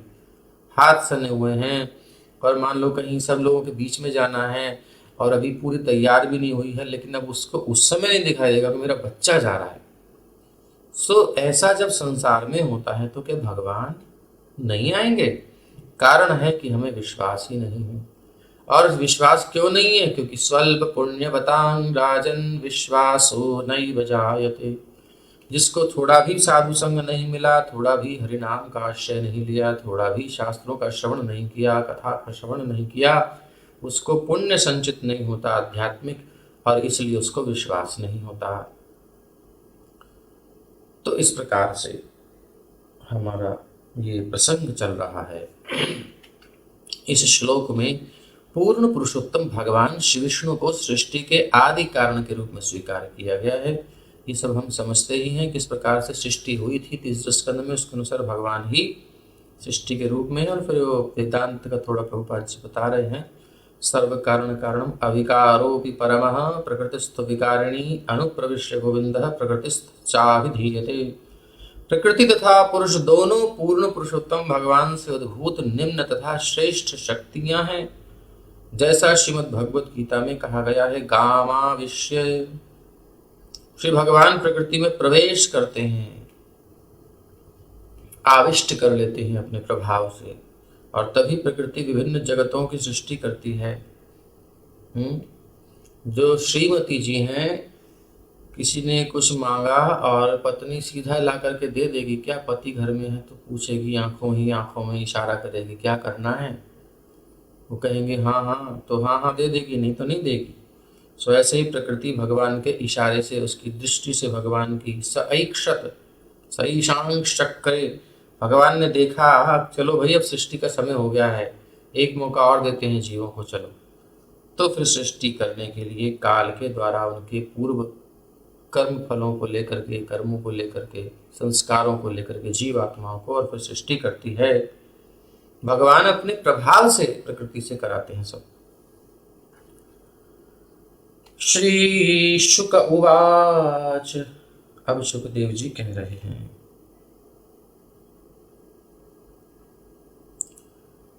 श्री शुक उवाच इति तेषां महाराज सुराणामुपतिष्ठतां प्रतीच्यां दृश्यभूताभिः शंख चक्र गदाधर। श्री सुखदेव गोस्वामी कहते हैं कि हे राजन, जब समस्त देवताओं ने एक मन होकर के, यानी उन देवताओं को अब नहीं दिखाई दे रहा कि वृत्रासुर है कि नहीं है, उनको नहीं दिखाई दे रहा कि कुछ हो रहा है कि नहीं हो रहा है, ऐसे डूब करके उस युद्ध स्थल में ही जब देख लिया कि सारे हथियार निगल ले गए, समझ गए अब टाइम नहीं है हमारे पास, तो तुरंत भगवान में मन को डुबा दिया। यही चमत्कार का बिंदु है, जब हमारा सारा मन खो जाए भगवान में, समाधि अवस्था को प्राप्त हो जाए, चाहे भय से हो, चाहे द्वेष से हो, राग से हो, कैसे हो जाए, मन डूब जाए, फिर चमत्कार होता है। और हमको पता भी नहीं चलता कि चमत्कार हो गया, आंखें खुलती हैं तो सब ठीक हो जाता है। हे राजन, जब समस्त देवताओं ने उनकी प्रार्थना की तो भगवान श्री हरि शंख चक्र तथा गदा धारण किए हुए पहले उनके अंतःकरण में आए। अंतःकरण में निर्भयता आ गई, बल मिल गया, अब मेरा कुछ नहीं बिगड़ेगा। एक भगवान अंतःकरण में प्रकट होते हैं, एक बोल्डनेस आ जाती है उस जीव के अंदर, जो पहले डरपोक था अब भगवान के बल से बली हो जाता है। पहले भगवान अंदर से प्रकट होते हैं, तब जो और कुछ क्वालिफाइड होता है तो सामने भी प्रकट हो जाते हैं, नहीं तो अंदर से विवेक आ जाएगा, अंदर से इंसाइट आ जाएगी। जनरली हम लोगों के साथ ऐसा हो सकता है, लेकिन जो भगवान प्रत्यक्ष भी प्रकट हो जाए तो ये रेयर केस होता है। देवताओं के सामने भगवान प्रकट हो गए और क्या कह रहे हैं आगे सुनिए। आत्मतुल्यैः षोडशभिर्विना श्रीवत्स कौस्तुभौ पर्युपासित मुन्निद्र शरदम्बुरुहे क्षणम। बड़ा सुंदर रूप का वर्णन भगवान का किया गया। और दृष्ट्वा तमवनौ सर्व ईक्षणाह्लाद विक्लवाः दंडवत् पतिता राजन् शनैरुत्थाय तुष्टुभुः। अब ऐसी स्थिति है कि एनकाउंटर बिल्कुल हो गया है, समझ लो। अब गन लगा दी है कनपट्टी पे और ये मारने को बैठा है। ऐसी हालत में सामने एक आशा दिखाई दे रही है और वो आशा निराशा में न बदल करके सुंदर रूप से प्रकट हो गई, प्रत्यक्षीकृत हो गई, यानी बल मिल गया। तो कनपट्टी पे लगी हुई रिवॉल्वर बंदूक को भी हटा करके भगवान की शरण ले ली, मानो कि उस कष्ट को, भय को भूल करके भगवान के चरणों में गिर पड़े देवता। पूर्ण पुरुषोत्तम भगवान श्री नारायण को घेरे हुए उनकी 16 पार्षद उनकी सेवा कर रहे हैं। वो आभूषणों से अलंकृत हैं और श्री भगवान के ही समान दिख रहे हैं। सारे उनके पार्षद भगवान से ही जैसे हैं, लेकिन वो श्रीवत्स चिन्ह और कौस्तुभ मणि से रहित थे। इसलिए पता चल रहा था कि भगवान यानी मेन कौन है। जिनके गले में कौस्तुभ मणि है, श्रीवत्स का चिन्ह है वक्षस्थल पर। हे राजन, जब सभी देवताओं ने उस मुद्रा में शरतकालीन कमल की पंखुड़ियों के समान खिले हुए नेत्रों वाले और हल्की सी मुस्कुराहट, भगवान कह रहे हैं अरे डरता का है, कोई है, ये बिल्ली है, मैं कभी भगाता हूँ उसको। डर गया चूहा बिल्ली से, कोई बात नहीं, मैं भगाता हूँ। भगवान सिंह के समान आ गए और मंद हास्य से युक्त है, यानी निर्भय करते हुए। ये नहीं कि आ रहे हैं, उनको निर्भय कर रहे हैं भगवान, हंसते हुए चलो मेरी शरण में। भगवान को शरणागत जीव बड़ा प्यारा लगता है। जब कोई भयभीत होकर के येन केन प्रकार भगवान की शरण में आता है तो भगवान चाहते अब आया ना, बस वो तो चाहते ही है मेरी शरण में रहे जीव, कहीं जाए ना। बस हंसने लगे। श्री भगवान को देखा हंसते हुए तो वो प्रसन्नता से अभिभूत हो गए। अब भगवान हंस रहे हैं तो भक्तों ने कहा अब तो फिर ठीक है, फिर भगवान खुश हैं तो अब नो टेंशन नो वरी। और जब वो हरि हरि और तुरंत उन्होंने पृथ्वी पर गिरकर दंडवत प्रणाम किया और फिर वो धीरे धीरे उठे और अपनी स्तुतियों द्वारा उन्होंने भगवान को फिर प्रसन्न किया। पहले तो पुकार करके स्तुति करी, पुकारने के बाद अब रिलैक्स हो गए, अब नो टेंशन, अब आराम से भगवान की स्तुति करेंगे। तो जब संकट में हो तो भगवान को पुकारे, जब संकट निबट जाए तब भगवान का अच्छे से आराधन करना चाहिए। ये नहीं कि अब तो काम बन गया, अपने अपने कामों में लगो, नहीं, खतरा है, फिर हम स्वार्थी हैं, भोगी हैं, देव भी नहीं है हम। तो क्या कह रहे हैं? श्री देवा ऊचो, देवता कह रहे हैं। अब ये बताइए, इसको हम आगे चलाएं या यहीं विश्राम करें?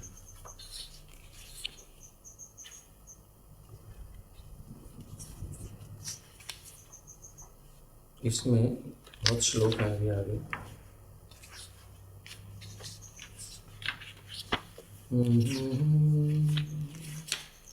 हरे कृष्ण। इसको अभी यहीं विश्राम दे दें, क्योंकि एक प्रकार के भगवान ने देवताओं की रक्षा कर ही ली। अब सब देवता भगवान के सुंदर रूप का वर्णन कर रहे हैं, तो मतलब दर्शन कर रहे हैं। अब भगवान की स्तुति करने के लिए बड़ी प्रसन्नता से कुछ क्षण देखेंगे, कितना सुंदर रूप है, उसमें खो जाएंगे। भगवान मुस्कुरा रहे हैं। अब आपत्ति तो आने वाली नहीं है, क्योंकि भगवान के रहते कुछ हो नहीं सकता, इसलिए रहने दो उनको भगवान के चरणों में। और कल ये बोलना शुरू करेंगे, थोड़ा दर्शन करने देते हैं, आनंद लेने देते हैं, है ना। रिलैक्स हो गए, अब ये पसीना आना बंद हो गया, अब कोई टेंशन नहीं। तो श्री विष्णु भगवान की जय, समस्त देव वृंद की जय, श्रीमद्भागवत महापुराण की जय, श्रील प्रभुपाद की जय। तो आइए अब हम आरती करते हैं।